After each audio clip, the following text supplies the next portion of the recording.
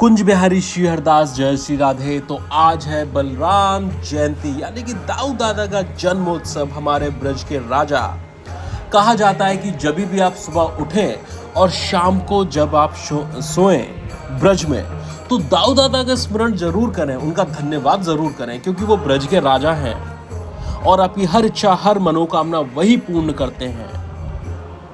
अगर भगवान श्री कृष्ण भी अगर आपकी किसी बात को टाल दें, तो आप दाऊ दादा का स्मरण करिए, दाऊ दादा से कहिए, दाऊ दादा भगवान श्री कृष्ण से कहेंगे और अपने बड़े भाई की बात कभी नहीं टालेंगे। तो इसीलिए दाऊ दादा को ब्रज का राजा कहा जाता है, माना जाता है और हर ब्रजवासी उनको अपना आराध्य मानता है। तो आज है दाऊ दादा का जन्मोत्सव। तो ब्रज में जन्मे बलदेव कुमार बधाई हो।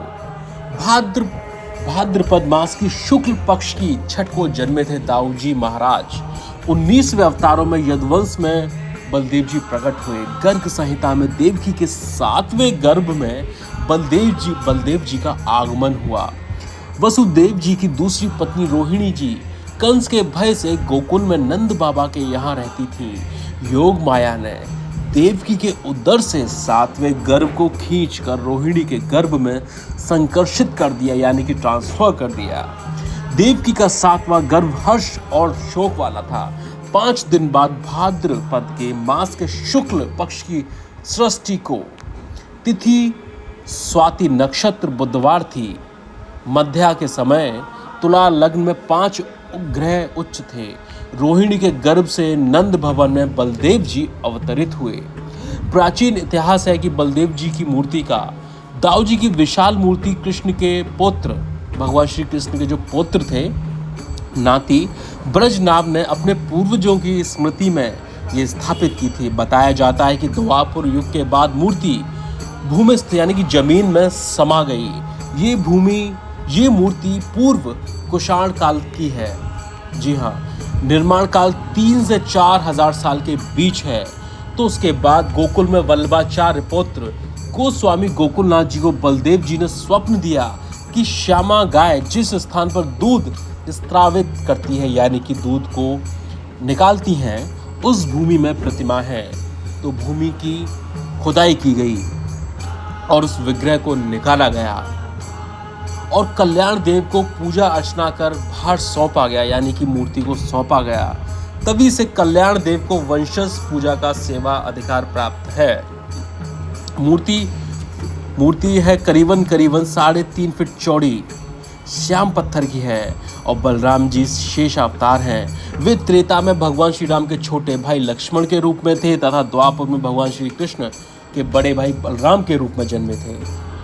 तो ये है हमारे दाऊ दादा और उनके समक्ष दूसरी ओर विराजमान है रेवती मैया। तो यहाँ पर सबसे बड़ा जो आज होगा, हीरे जवाहरात तरह तरह के उनसे श्रृंगार किया जाएगा। ठाकुर जी का यानी कि दाऊ दादा का विशेष जलाभिषेक किया जाएगा। सुबह 4 बजे की मंगला आरती हो चुकी है। शहनाई वादन 5 बजे, बाल भोग आरती होगी 6 बजे। श्रृंगार दर्शन हलदर सहस्त्र नाम वेद पाठी पंडितों द्वारा हवन किया जाएगा दाऊ दादा के लिए। तो अगर आप संसार में हैं और आप ब्रज को जानते हैं, ब्रज आना जानते हैं, ब्रज आना चाहते हैं, तो आप कभी दाऊ जी आइए। दाऊ जी में जो प्रसाद लगता है दाऊ दादा का, वो लगता है झंडे का, खीर का, हंडे की खीर का और मिश्री का। तो जो एक कला है, एक विधि है, जो हंडा होता है, हंडा यानी कि हांडी, मटकी, तो मटकी में दाऊ दादा की खीर बनती है। वो खीर ऐसे बनती है, अगर उस खीर को खाकर अगर आपकी आत्मा तृप्त ना हो जाए, आपका रोम रोम खुश ना हो जाए, तो आप कहना। अगर आपको जब भी जीवन में समय मिले तो आप दाऊ दादा के दर्शन कीजिए और दर्शन करने के बाद आप वो हंडे वाली खीर खाइए।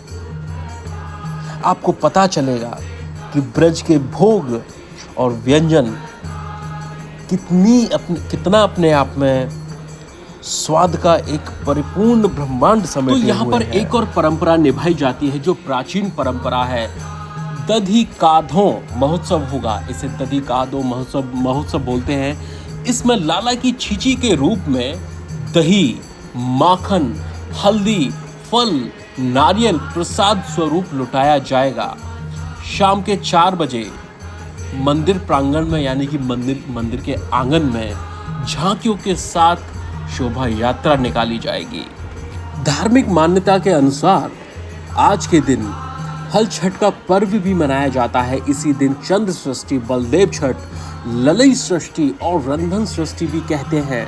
इस दिन माताएं अपनी संतान की रक्षा के लिए व्रत रखती हैं। इसी दिन भगवान श्री कृष्ण के बड़े भाई बलराम जी का जन्म हुआ था, यानी कि आज उनका जन्मोत्सव है। ये बात मैं पहले ही आपको अपनी वीडियो में बता चुका हूँ। अतः महिलाओं द्वारा व्रत उपवास रखने से पुत्र को लंबी आयु और समृद्धि प्राप्त होती है। समृद्धि मान्यता के अनुसार संतान की रक्षा के लिए व्रत अधिक महत्वपूर्ण होने के कारण संतान के जीवन के कष्ट नष्ट हो जाते हैं। ये व्रत पुत्रवती स्त्रियों को विशेष तौर पर करना चाहिए। इस दिन महुए की दातुन करनी चाहिए। इस दिन गाय के दूध और दही का सेवन करना वर्जित कहा गया है। इस दिन हल पूजा का विशेष महत्व माना गया है। हल छठ के दिन हल से उत्पन्न अन्न और फल नहीं खाने चाहिए। हर छठ पर दिन भर निर्जला व्रत रखने के बाद शाम को बसई के चावल या महुए का लाटा बनाकर पारणा करने की मान्यता है। ये व्रत रखने से बलराम यानी शेषनाग जी का आशीर्वाद प्राप्त होता है और संतान बलराम जी की तरह बलशाली होगी। तो वही दाऊ दादा की शादी से भी जुड़ा एक महत्वपूर्ण किस्सा है। सतयुग के दौरान एक बहुत ही प्रतापी और बहुत ही बलशाली राजा हुआ करते थे, जिनका नाम था राजा रेवत। उनके प्रजा शासन में यानी कि उनके शासन में प्रजा बहुत ज़्यादा खुश थी और उनके पास एक पुत्री थी जिसका नाम था रेवती। तो जब रेवती बड़ी हुई तो राजा को थोड़ी सी चिंता हुई शादी को लेकर कि लड़का कैसा ढूंढा जाए। तो उन्होंने अपने मंत्रिमंडल और पंडितों से सलाह मांगी। उसके बाद उन्होंने अपनी बेटी रेवती जी से पूछा। तो रेवती जी ने कहा कि मैं दुनिया के सबसे शक्तिशाली इंसान से शादी करूंगी।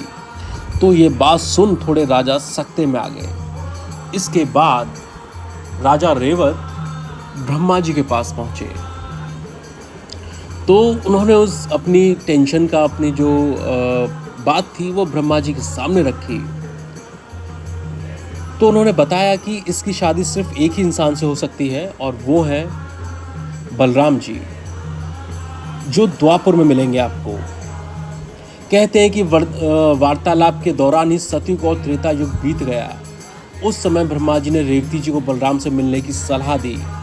जब राजा रेवत पृथ्वी पर पहुंचे तो उनकी मुलाकात बलराम जी से हुई। तो उस समय रेवती मैया भी उनके साथ थीं। दोनों के कद में विशेष अंतर था।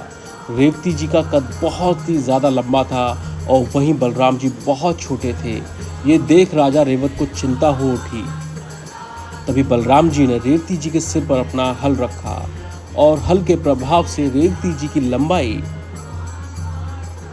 बलराम जी के बराबर हो गई। ये देख राजा देवत प्रसन्न हो उठे और उसके बाद दाऊ दादा की और रेवती मैया की शादी हुई। तो आप सभी ब्रजवासी जनों को और समस्त जनमानस को श्री दाऊ दादा के जन्मोत्सव की हार्दिक मंगल बधाई है। जय श्री राधे।